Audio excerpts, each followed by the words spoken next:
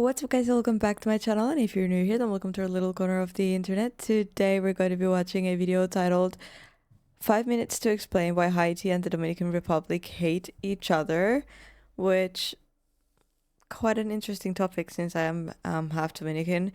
I know that there's a lot of Haitian people in the Dominican Republic, and I don't really see them getting discriminated or anything, which I'm not familiar with the history though. So I guess let's see what this video is about. Haiti and the Dominican Republic seem to kind of hate each other. It's a little strange when you first notice it. One island, but split straight down the middle. Well, not really the middle. One of them has like 2/3 of the island, but split between two countries that feel like they're from completely different sides of the world. On the west third is Haiti, on the east 2/3 the Dominican Republic. Same island, same climate, same mountains and rivers, yet very different histories, economies, and often attitudes towards each other. This island... It is extremely interesting though how they are so different since they are on the same island, which logically wouldn't happen, you know? Is Hispaniola. And to understand why Haitians and Dominicans seem to so often dislike, distrust, or resent each other, you have to start way before these modern borders, or the idea of national identities as we know them today. Before Europeans showed up, Hispaniola was home to the Taino people, who farmed, fished, and traded across the entire island as a single people. They were split into 5 different chiefdoms. The Marien and Yaragua took up what is mostly Haiti, the Maguana, Magua, and Iguay in what is now the Dominican Republic. But they were all united in ethnicity and language. That world kind of collapsed after the arrival of Christopher Columbus in 1492. Spain then claimed the island, enslaved the local population, and within a few decades, disease, forced labor, and violence wiped out most of the 70,000 native Taino. And for a good...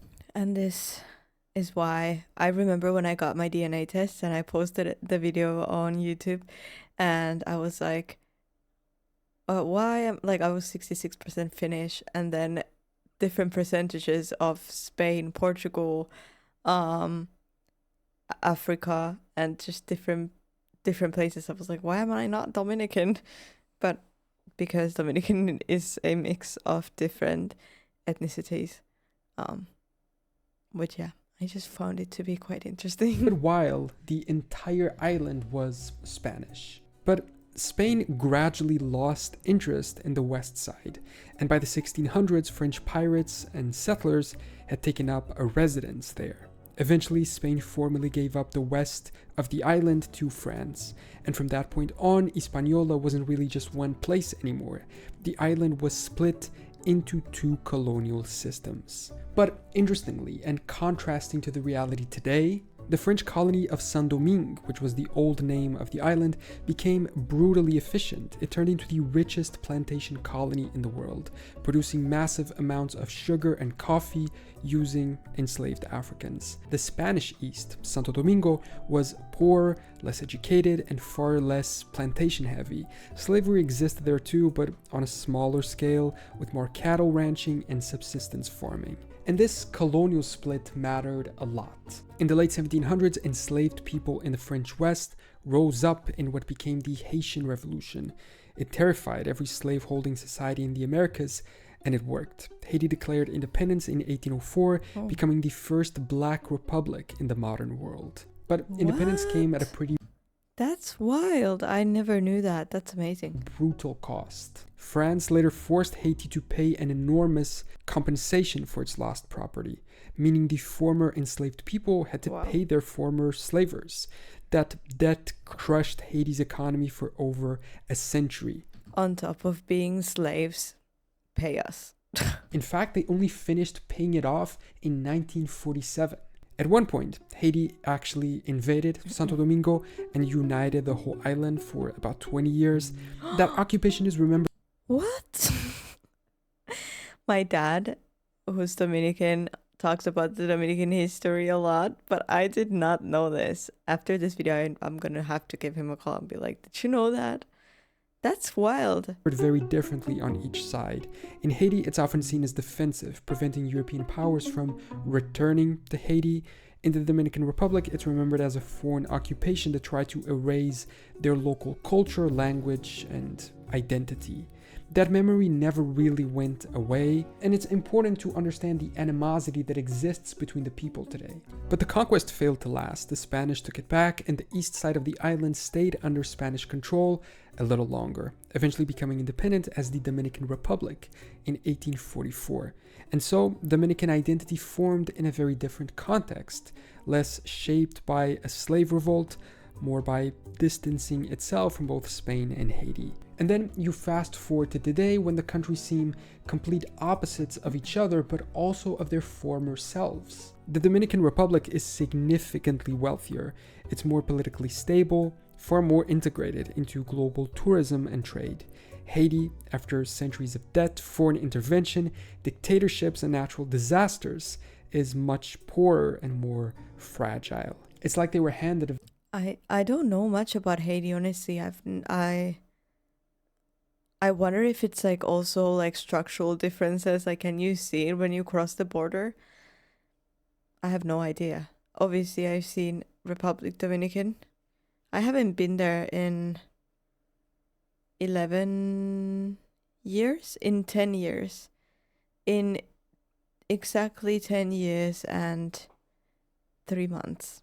I have not been to the Dominican Republic, which I should definitely fix that if I'm able to, since my grandmother is there and a lot of my aunts and cousins. But yeah, I don't know. I just didn't really know about Haiti ever. Very unlucky hand. And this economic gap feeds resentment on both sides. Many Haitians cross into the Dominican Republic for work, especially in agriculture and construction. Their labor is cheap, essential, and often exploited. This is why there's Haitians in Republic Dominican, as I mentioned. And construction. Their labor is cheap, essential, and often exploited. At the same time, Haitian migrants are frequently blamed for crime, unemployment, or pressure on public services, whether that blame is fair or not. Ethnicity plays a pretty big role too. Haiti openly embraces its African heritage because many people descend from former slaves. Dominican identity, historically, is more framed in opposition to that, emphasizing Spanish roots and downplaying African ancestry, even though most Dominicans are clearly mixed too. There have been darker moments as well. In 1937, Dominican dictator Rafael Trujillo ordered the massacre of thousands of Haitians and dark-skinned Dominicans near the border, which makes us ask the question, is this dislike just between people, or does it reach modern governments too? Mostly It lives at a social level, especially. It's true though. I've seen that in the Dominican Republic, the darker skin tones are darker skin tones are differently viewed than lighter skin, which is quite odd.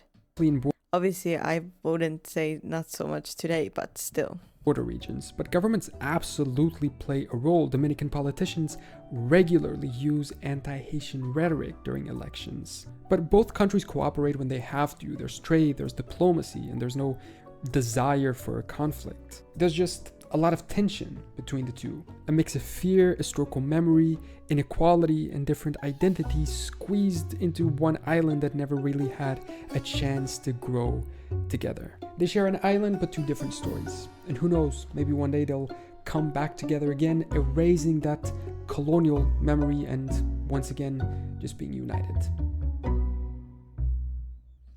It's interesting how on the same island, two different countries can go completely two different ways, and how much like government has to do with it. It's quite wild. But yeah, I didn't know most of that. I found that quite interesting. And thank you so much for joining me for this video. I really hope you enjoyed it. Please leave a like, subscribe if you haven't yet, and I'll see you guys in the next video.